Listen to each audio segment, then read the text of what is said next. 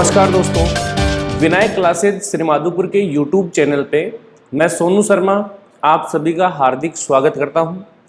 दोस्तों, जैसा कि पिछले वीडियो में अपन ने चर्चा की थी, अपना जो राजस्थान जीके का टॉपिक चल रहा था कला संस्कृति का, टॉपिक का नाम था राजस्थान के लोक नृत्य। और लोक नृत्यों के बारे में मैंने आपको बताया था कि राजस्थान के लोक नृत्यों में 3 प्रकार के यहाँ पर लोक नृत्य हैं। उनमें से नंबर 1 व्यावसायिक नृत्य जो है उनके बारे में अपन पढ़ चुके हैं। नंबर 2 पे थे आपके जाति और जनजाति के नृत्य और उन्हीं के बारे में अपन चर्चा करेंगे। आज अपन जाति जनजाति के नृत्य और नंबर 3 पे जो व्यावसायिक नृत्य हैं, इन तीनों नृत्यों के बारे में अपन आज चर्चा करेंगे। तो शुरुआत करते हैं दोस्तों। लास्ट वीडियो में आपने देखा होगा अपन पढ़ रहे थे राजस्थान में जनजातीय नृत्य, और जनजातीय नृत्यों में भी अपन ने एक जनजाति जो थी उसके नृत्य अपन ने पढ़ लिए थे, जिसमें जनजाति का नाम था भील। भील जनजाति के नृत्य अपन ने पढ़े थे। भीलों के नृत्यों में अपन ने एक तो नृत्य पढ़ा था यहाँ पर गेर नृत्य, दूसरा था गवरिया राई नृत्य, तीसरा था युद्ध नृत्य, चौथा नेजा था, 5वां हाथीमना था, 6वां द्विचक्री था और 7वां था घूमरा। ये 7 नृत्य अपन ने भीलों के पढ़े थे। अब आगे अपन नंबर 2 पे जिस जनजाति के नृत्य पढ़ेंगे उस जनजाति का नाम है ग्रासिया। सबसे पहले देखो दोस्तों, ग्रासिया जनजाति के नृत्य कौन कौन से हैं उनकी अपन चर्चा करते हैं। तो देखो, ग्रासिया जनजाति के नृत्यों में सबसे पहला नृत्य है इनका वालर, दूसरा है लूर, तीसरा है कूद, चौथा है मांदल, 5वां है जंवारा, 6वां है मोरिया और 7वां है गोर। इन 7 नृत्यों के बारे में अपन चर्चा करते हैं। देखो, ग्रास्य जनजाति के 7 नृत्य हैं, एक बार वापस रिपीट करते हैं अपन। वालर, लूर, कूद, मांदल, जंवारा, मोरिया और गोर। वालर, लूर, कूद, मांदल, जंवारा, मोरिया और गोर, ये 7 नृत्य हैं ग्रास्य जनजाति के। सबसे पहले बात करते हैं अपन वालर नृत्य की। मोस्ट इंपोर्टेंट, ग्रास्य जनजाति का सबसे महत्वपूर्ण नृत्य है ये। क्यों? क्योंकि सबसे ज्यादा क्वेश्चन इसी नृत्य के बारे में पूछा गया है। अच्छा, पहला क्वेश्चन, कॉमन क्वेश्चन तो ज्यादातर रिपीट होता रहता है, राजस्थान पुलिस में अक्सर ये क्वेश्चन पूछा गया है। क्वेश्चन क्या आता है कि ग्रास्य जनजाति का वह नृत्य, या तो जनजाति का नाम देंगे, या डायरेक्ट भी क्वेश्चन आ सकता है कि ग्रास्य जनजाति का वह नृत्य या राजस्थान का वह नृत्य जो बिना किसी वाद्य यंत्र के किया जाता है। यानी कि ऐसा नृत्य जिसमें वाद्य यंत्र का प्रयोग बिल्कुल भी नहीं किया जाता, तो वो नृत्य आपका कौन सा है? वालर नृत्य। राजस्थान का ऐसा नृत्य या ग्रास्य जनजाति का ऐसा नृत्य जो बिना किसी वाद्य यंत्र के किया जाता है, तो वो नृत्य आपका कौन सा है? वालर है। अच्छा, इस नृत्य की कुछ और बातें देखो। पहली बात तो ये कि ये एक युगल नृत्य है, मतलब स्त्री पुरुष दोनों इस नृत्य को करते हैं, युगल नृत्य है। अगली बात, इस नृत्य को करने की शैली क्या है? तो शैली क्या है कि जो स्त्री पुरुष होते हैं वो अर्धचंद्राकार आकृति में खड़े होते हैं। अर्धचंद्राकार आकृति में पंक्ति बनाकर वो खड़े होते हैं। दूसरी चीज, इस नृत्य की शुरुआत किस प्रकार से होती है? तो देखो, ये नृत्य आमतौर पे ग्रास्य जनजाति जो है उनमें विवाह के अवसर पे तो किया जाता है। विवाह के अवसर पे स्त्री पुरुषों द्वारा अर्धचंद्राकार घेरा बनाकर यह नृत्य किया जाता है, बिना किसी वाद्य यंत्र के किया जाता है। शुरुआत कैसे होती है? तो इस नृत्य की शुरुआत ग्रास्य जनजाति का सबसे बुजुर्ग पुरुष हाथ में तलवार या छत्ता लेकर घेरे के बीच में जाकर वो नृत्य को शुरू करता है, और बाद में घेरे में जो स्त्री पुरुष हैं वो नृत्य चालू करते हैं। तो इसकी शुरुआत ग्रास्य जाति का एक बुजुर्ग पुरुष करता है। अर्धचंद्राकार घेरे में किया जाने वाला युगल नृत्य है, विवाह के अवसर होता है और बिना किसी वाद्य यंत्र के किया जाने वाला ये नृत्य है। तो पहला नृत्य तो ग्रासियों का ये हो गया। उसके बाद में दूसरा नृत्य आता है लूर। देखो, लूर नृत्य जो है ये नृत्य किया जाता है सगाई के अवसर पे। सीधे शब्दों में बताता हूं मैं आपको, सगाई के अवसर पे ग्रास्य जनजाति में लूर नृत्य किया जाता है। अब देखो क्या है इनसे, जब कभी भी ग्रास्य जनजाति में सगाई की जाती है तो उस समय क्या होता है कि जो वर पक्ष होता है, लड़के वाले होते हैं, वो वर पक्ष वाले जाते हैं वधू पक्ष के घर, वधू पक्ष यानी कि लड़की के घर पे जाते हैं, और वर पक्ष की महिलाएं जो हैं, वर पक्ष की महिलाएं जो हैं, उनके द्वारा वधू पक्ष को रिझाने के लिए नृत्य किया जाता है। वर पक्ष की महिलाओं द्वारा वधू पक्ष से रिश्ते की मांग करते समय, वर पक्ष की महिलाओं द्वारा वधू पक्ष से रिश्ते की मांग करते समय किया जाने वाला जो नृत्य है वो आपका लूर नृत्य है। तो आमतौर पे सीधे शब्दों में अपन ये कह सकते हैं कि ग्रासियों में सगाई के अवसर पे जो नृत्य किया जाता है वो कौन सा है, लूर नृत्य है। उसके बाद में नंबर 3 पे आता है कूद नृत्य। देखो बहुत कॉमन सी बातें हैं, आराम से आप इन क्वेश्चन को याद कर सकते हो, और मैं आपको दावा करता हूं कि राजस्थान पुलिस एग्जाम में राजस्थान कल्चर से जितने भी क्वेश्चन आएंगे, सारे के सारे क्वेश्चन, पिछला रिकॉर्ड भी ये रहा है, सारे के सारे क्वेश्चन अपने नोट्स में से ही आते हैं, अपने पढ़ाई में से आते हैं। मैं खुद ये चैलेंज करता हूं राजस्थान पुलिस एग्जाम लेने वालों को कि भाई कोई क्वेश्चन ऐसा तो डालो जो मेरे पढ़ाई में से ना आए, कुछ अलग तो डालो। सारे क्वेश्चन ऐसे बेसिक से आएंगे राजस्थान पुलिस में, तो ज्यादा टेंशन लेने वाली आवश्यकता नहीं है। आप बेसिकली इनको आराम से ध्यानपूर्वक समझ के तैयार कर सकते हो और आराम से राजस्थान पुलिस के एग्जाम फाइट कर सकते हो। बहुत बड़ी बात नहीं है, बहुत छोटी सी बात है। तो आगे देखो, कूद नृत्य क्या है इसमें। पहली बात तो ये भी एक युगल नृत्य है, मतलब स्त्री पुरुष दोनों के द्वारा किया जाता है।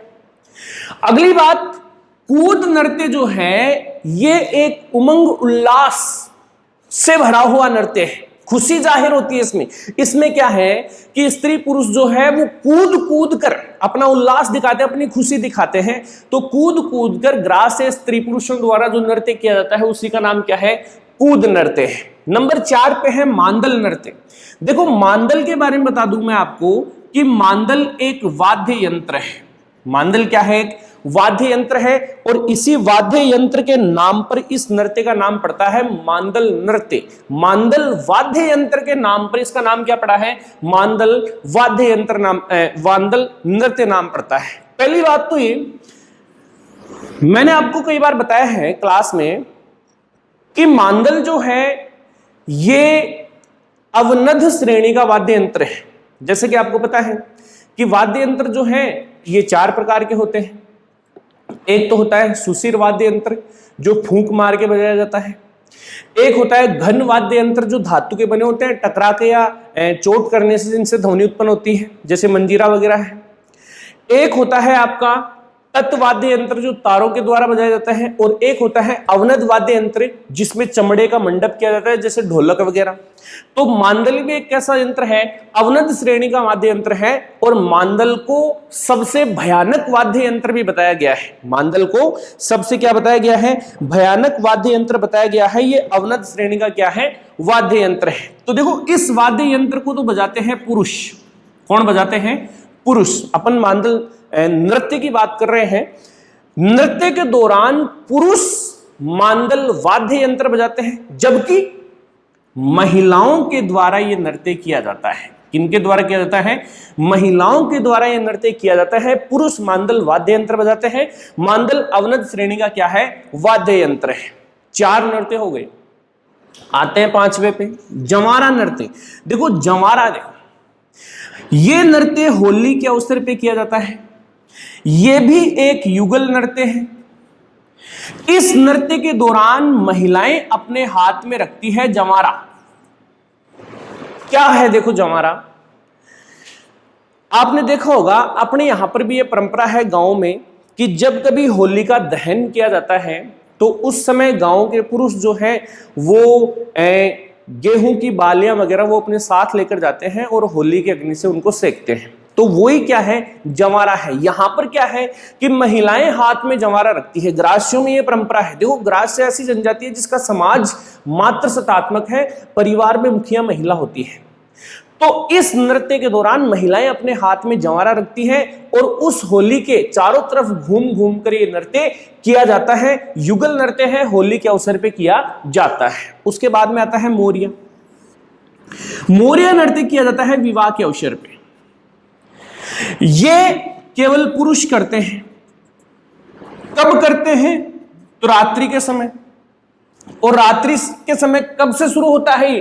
तो इसमें क्या है कि विवाह के अवसर पे जब गणपति की स्थापना की जाती है, गणेश जी की स्थापना की जाती है, तो उसी गणपति की स्थापना के साथ ही नृत्य शुरू होता है। अब पूरा सुन लो इसको।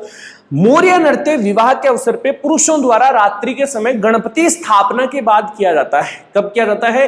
रात्रि के समय गणपति स्थापना के बाद पुरुषों द्वारा विवाह के अवसर पे कौन सा नृत्य किया जाता है? मौर्य नृत्य। और कौन से पुरुषों द्वारा? तो ग्रास्य जनजाति के पुरुषों द्वारा यह नृत्य किया जाता है। नेक्स्ट आता है गौर नृत्य। देखो गौर नृत्य जो है ये गणगौर के अवसर पे किया जाता है और इस नृत्य को केवल कौन करती है? महिलाएं करती है। तो महिलाओं द्वारा गणगौर के अवसर पे जो नृत्य किया जाता है उसी नृत्य का नाम आपका क्या है? गौर नृत्य है। तो ये 7 नृत्य हो गए आपके दूसरी जनजाति जिसका नाम क्या है? ग्रास्य जनजाति। उसके बाद में नंबर 3 पे अपन जिस जनजाति के बारे में पढ़ते हैं,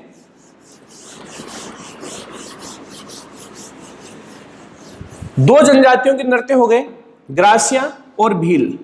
उसके बाद में नंबर 3 पे जनजाति है आपकी सहरिया। देखो सहरिया जनजाति 12 जिले की 2 ही तहसीलों में रहती है, किशनगंज और शाहबाद। याद रखना ये। सहरिया जनजाति के नृत्यों में पहला नृत्य है शिकारी, दूसरा है लहंगी और तीसरा है इंद्रपरी। यहां पर बात चल रही है नृत्य की।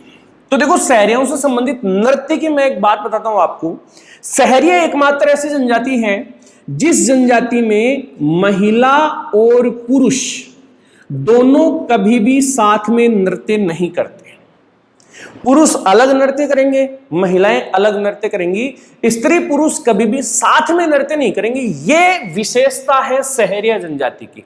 अब यहां पर देखो शिकारी जो नृत्य हैं ये नृत्य तो करते हैं पुरुष, जबकि लहंगी और इंद्रपरी नृत्य जो है ये कौन करती है? महिलाएं करती है। 3 नृत्य है जिसमें पहला पुरुष कर रहा है, बाकी की 2 नृत्य जो है वो कौन कर रही है? महिलाएं कर रही है। अच्छा शिकारी नृत्य की क्या विशेषता है?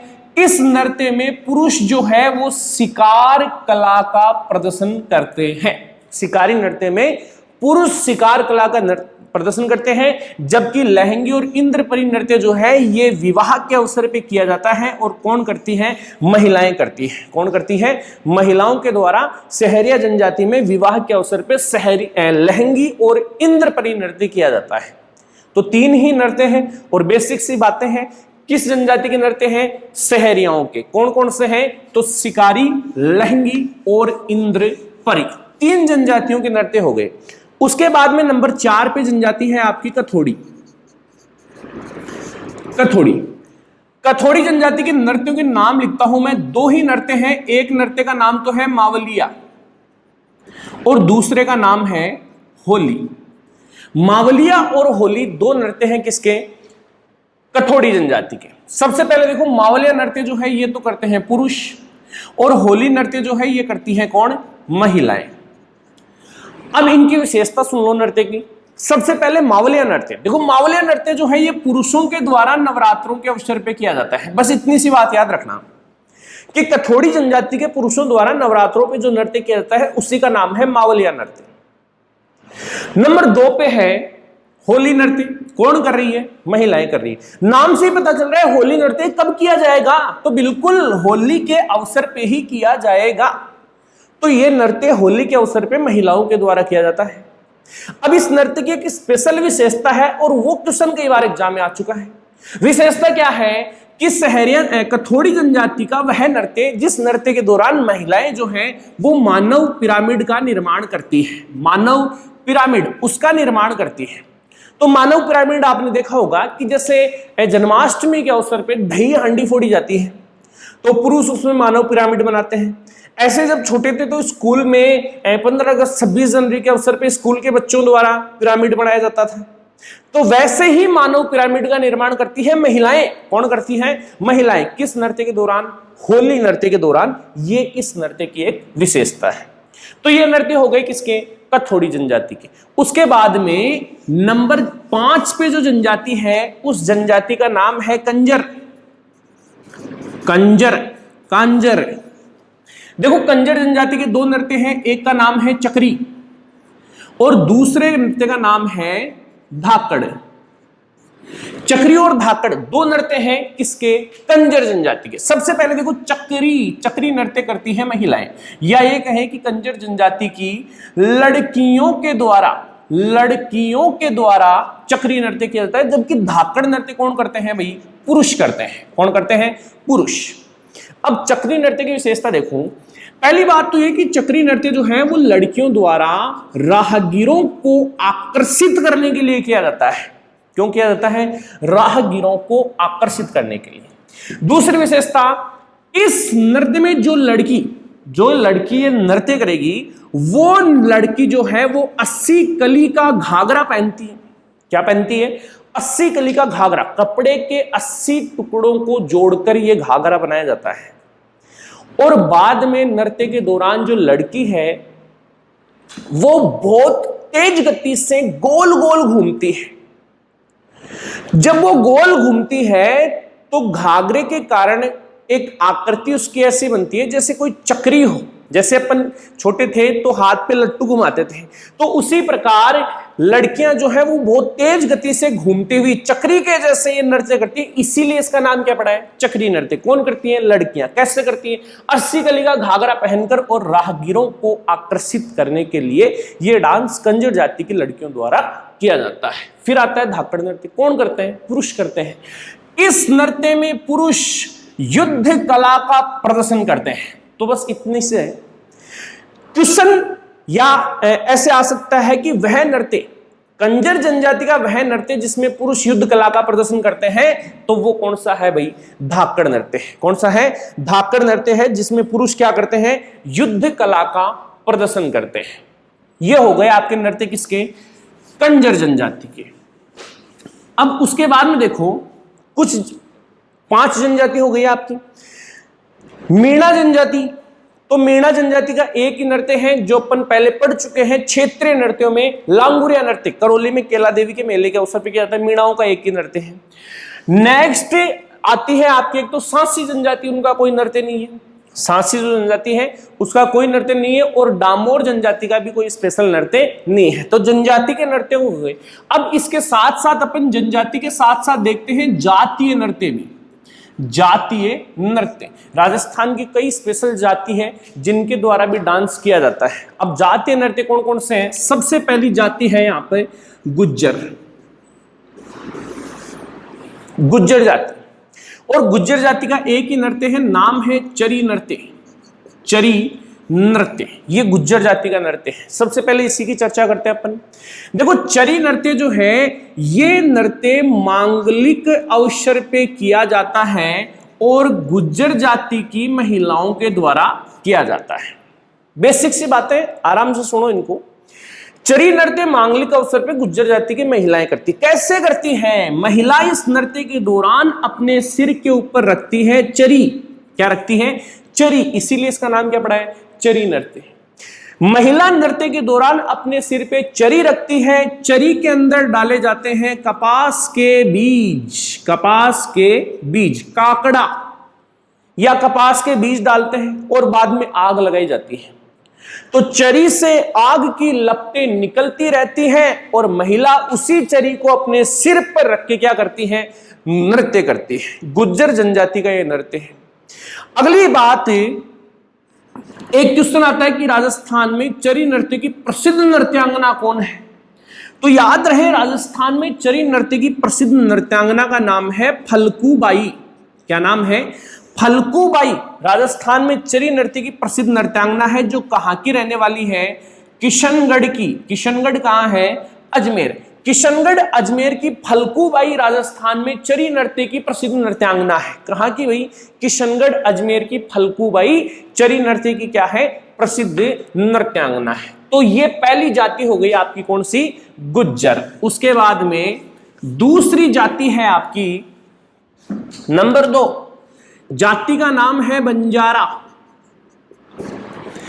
देखो बंजारा जाति का नृत्य देखिए अपन, तो बंजारा जाति का एक नृत्य है जिसका नाम है मछली नृत्य। यह है बंजारा जाति का नृत्य। ध्यानपूर्वक समझे। मछली नृत्य के बारे में एक क्वेश्चन आता है कि राजस्थान का वह नृत्य या राजस्थान का एकमात्र नृत्य जिस नृत्य की शुरुआत जो है, स्टार्ट जिस नृत्य की शुरुआत जो है वो हर्ष उल्लास के साथ होती है, लेकिन उस नृत्य का अंत जो है वो क्या होता है भाई, दुखद होता है। तो वो नृत्य कौन सा है, मछली नृत्य, जिसकी शुरुआत हर्ष उल्लास खुशी के साथ होती है लेकिन अंत क्या होता है, दुखद होता है। अब देखो इस नृत्य में क्या है, ये नृत्य भी बंजारा जाति की लड़कियों के द्वारा राहगीरों को लुभाने के लिए किया जाता है। जैसे आपकी कंजर जनजाति थी तो उसमें लड़कियां राहगीरों को लुभाने के लिए चक्री नृत्य करती है, वैसे बंजारा जाति में लड़कियां राहगीरों को लुभाने के लिए कौन सा नृत्य करती है भाई, कौन सा नृत्य करती है, तो वो है आपका मछली नृत्य। अब इस नृत्य की खासियत क्या है कि एक तो ये नृत्य पूर्णिमा की रात्रि को किया जाता है। कब किया जाता है, पूर्णिमा की रात्रि को। अब इस नृत्य में होता क्या है कि जो लड़की ये नृत्य करती है उस लड़की को ये बताया जाता है, पूर्णिमा की रात्रि को चांद पूरा निकला होता है, तो नृत्य करने वाली लड़की को ये बताया जाता है कि जो चांद जो है ये चांद तुम्हारा होने वाला भावी पति है। तो लड़की चांद को लुभाने के लिए बड़े खुशी के साथ नृत्य करती है, कितना सुंदर पति मिलेगा मुझे, चांद जैसा। वैसे मालूम ये लड़की को भी रहता है कि मिलने वाला नहीं है चांद, चांद तो चांद नहीं लेगी। तो चांद को लुभाने के लिए लड़की जो है वो बड़ी खुशी के साथ नृत्य शुरू करती है। 2-3 घंटे नृत्य करने के बाद वो थक के जमीन पे गिर जाती है। तो उस समय उसकी हालत ऐसे होती है कि जैसे बिना पानी के तड़पती हुई मछली। और इसी कारण इस नृत्य का नाम क्या पड़ता है भाई, मछली नृत्य पड़ता है। शुरुआत हर्षोल्लास के साथ और अंत क्या होता है, दुखद होता है। बंजारा जनजाति का ये नृत्य है। उसके बाद में अगली जनजाति है नंबर 3 पे आपकी मेव। देखो मेव जनजाति राजस्थान में मेवात क्षेत्र में रहती है और मेवात राजस्थान में 2 जिलों में है, अलवर और कुछ भाग भरतपुर में। मेवात में मेव जनजाति के द्वारा 2 नृत्य किया जाता है, एक का नाम तो है रणबाजा और दूसरे का नाम है रतबई। रणबाजा और रतबई ये 2 नृत्य हैं किनके, मेव जनजाति के। सबसे पहले रणबाजा की बात करें तो रणबाजा वो नृत्य है जिसमें युद्ध कला का प्रदर्शन किया जाता है। देखो नाम से पता चल रहा है रणबाजा, रण यानी युद्ध क्षेत्र, युद्ध क्षेत्र में बजने वाले बाजे। तो युद्ध क्षेत्र में बाजे किनके बजते हैं, तीर तलवारों के बाजे बजते हैं। तो रणबाजा नृत्य, इसमें युद्ध कला का क्या किया जाता है, प्रदर्शन किया जाता है मेव जनजाति के द्वारा। और रतबई नृत्य जो है, रतबई नृत्य जो है ये नृत्य आपकी मेव जनजाति की महिलाओं के द्वारा किया जाता है। किनके द्वारा, मेव जनजाति की महिलाओं के द्वारा कौन सा नृत्य किया जाता है, रतबई नृत्य किया जाता है। ये हो गए आपके मेव जनजाति के नृत्य। उसके बाद में नेक्स्ट जनजाति है आपकी, 3 जनजातियां हो गई यहां पे। नेक्स्ट नंबर 4 जनजाति का नाम है कालबेलिया। कालबेलिया, कालबेलिया को सपेरा जनजाति भी कहते हैं, सपेरा या कालबेलिया जनजाति। देखो कालबेलिया या सपेरा जनजाति के 4 नृत्य बता रहा हूं मैं आपको, 4 नृत्य हैं इनके। पहला नृत्य है आपका संकरिया, दूसरा है बांगड़िया, तीसरा है इंडोनी और चौथा है पणिहारी। ये 4 नृत्य हैं, संकरिया, बांगड़िया, इंडोनी और पणिहारी। देखो याद कैसे रखिए इनको, मेरी तो स्पेशल ट्रिक है, मेरे गांव पे आधारित ट्रिक है इसकी। मेरे गांव में एक लड़का है शंकर बगड़िया, शंकर बगड़िया, शादी नहीं हुई, बड़ी एज हो गई तो पानी खुद ही भरता है, सिर पे इंडी रख के पानी लाने जाता है। तो मैं तो ऐसे कहता हूं इन नृत्यों को कि संकरियो बगड़ियो इंडी लेर पानी ला बगियो, मेरी स्टाइल। संकरियो बगड़ियो इंडी लेर पानी ला बगियो, संकरियो बगड़ियो इंडी लेर पानी ला बगियो। संकरिया, बांगड़िया, इंडोनी और पणिहारी 4 नृत्य हैं किनके, कालबेलिया या सपेरा जनजाति के। शुरुआत करते हैं संकरिया नृत्य। देखो संकरिया इस जनजाति का सबसे प्रसिद्ध नृत्य है, इसे कालबेलिया नृत्य भी कहते हैं। संकरिया को क्या कहते हैं, कालबेलिया नृत्य कहते हैं। और आपको पता होगा कि कालबेलिया नृत्य की प्रसिद्ध नृत्यांगना कौन है, तो वो है आपकी कौन है, गुलाबो। कौन है? गुलाबो। और गुलाबो की लड़की भी इस नृत्य की प्रसिद्ध नृत्यांगना है जिसका नाम है कंचन सपेरा। कई बार डांस देखे होंगे इनके आपने, कंचन सपेरा और गुलाबो के। तो ये कालबेलिया नृत्य की विश्व प्रसिद्ध, वर्ल्ड फेमस नृत्यांगना है गुलाबो। कालबेलिया नृत्य को इसी ने प्रसिद्धि दिलाई है और इसी गुलाबो के कारण कालबेलिया नृत्य को यूनेस्को के द्वारा, किसके द्वारा? यूनेस्को के द्वारा विश्व विरासत सूची में शामिल किया गया है। याद रहे, विश्व विरासत सूची जिसमें सांस्कृतिक सूची है, विश्व सांस्कृतिक धरोहर सूची में शामिल ओनली वन, एकमात्र डांस राजस्थान का कौन सा है भाई? कालबेलिया है। और इस सूची में शामिल करवाने का श्रेय किसको है? गुलाबो को है। इस नृत्य की, संकरिया नृत्य की प्रसिद्ध नृत्यांगना है गुलाबो।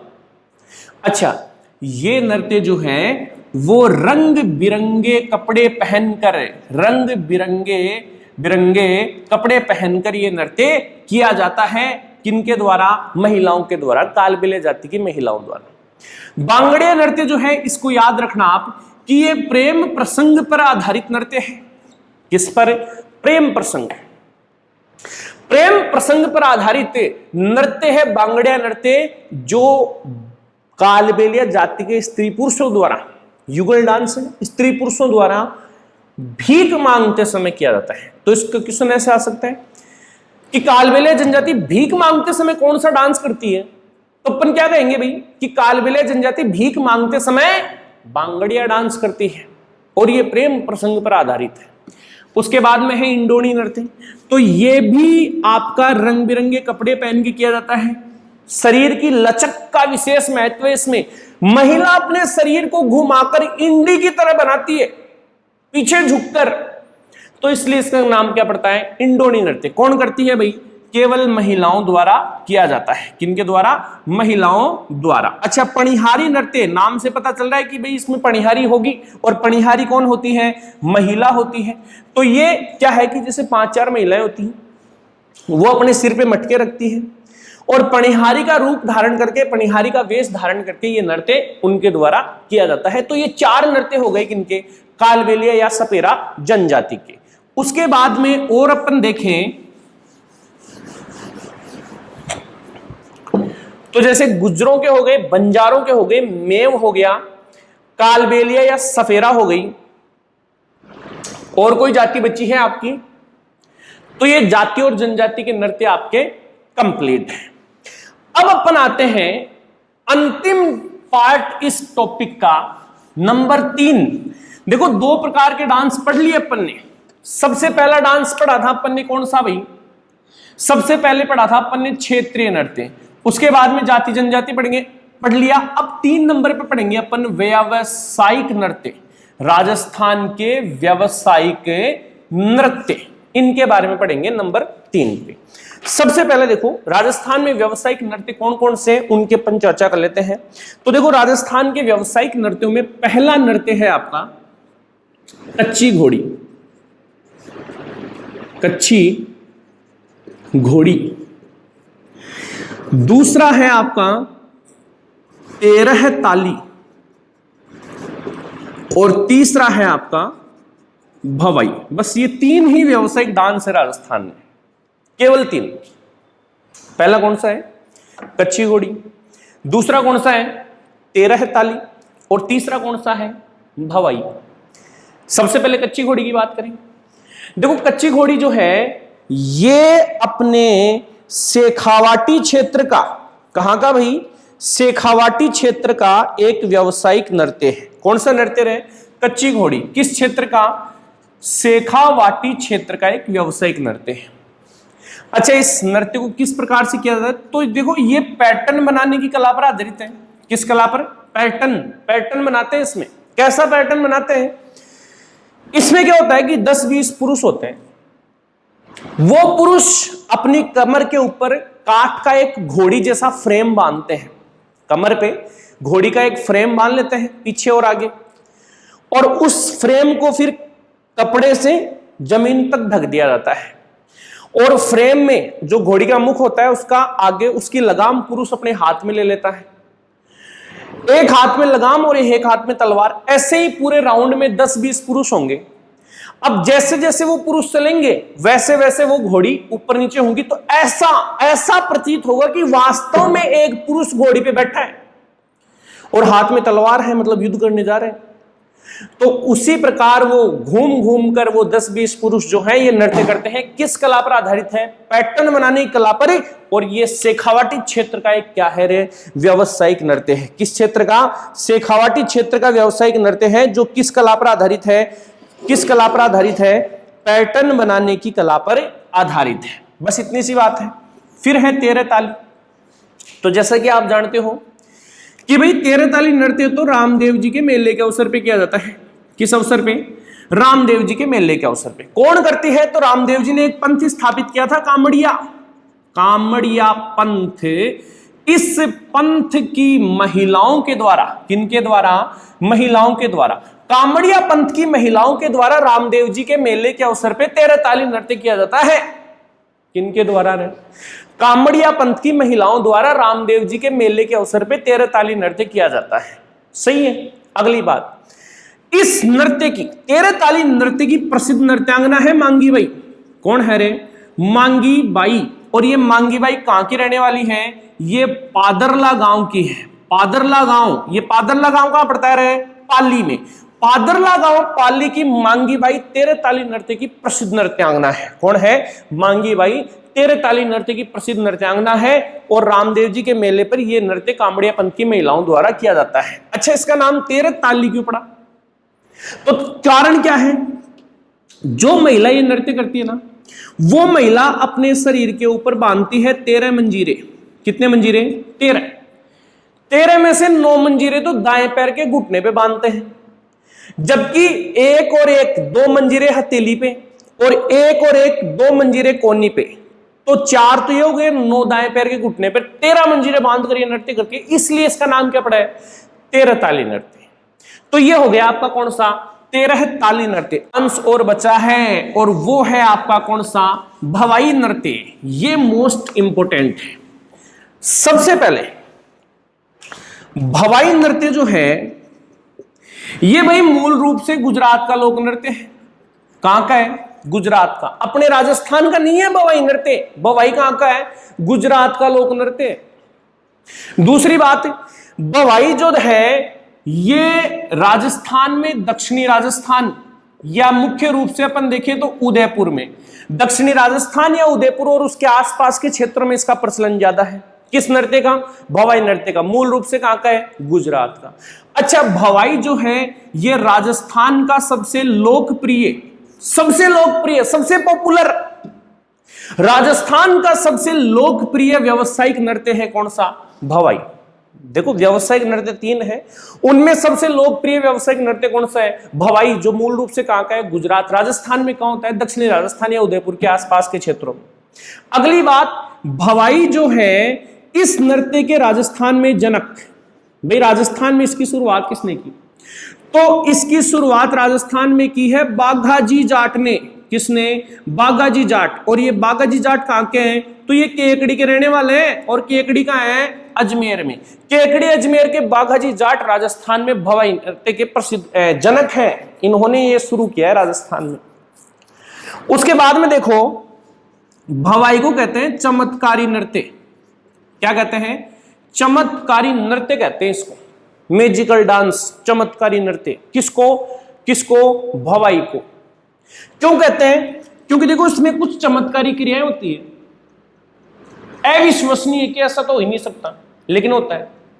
क्या होता है कि जो नृत्यकार होते हैं वो इस नृत्य के दौरान तलवार की धार पे चलते हैं, कांच के टुकड़ों पे चलते हैं, कांच के टुकड़ों पर भी चलते हैं, वो थाली गिलास के किनारों पे चलते हैं, थाली गिलास के किनारों पे चलते हैं, और सिर पे कई सारे मटके रखकर क्या करते हैं? नृत्य करते हैं। तो ऐसी क्रियाओं के कारण इसको क्या कहते हैं?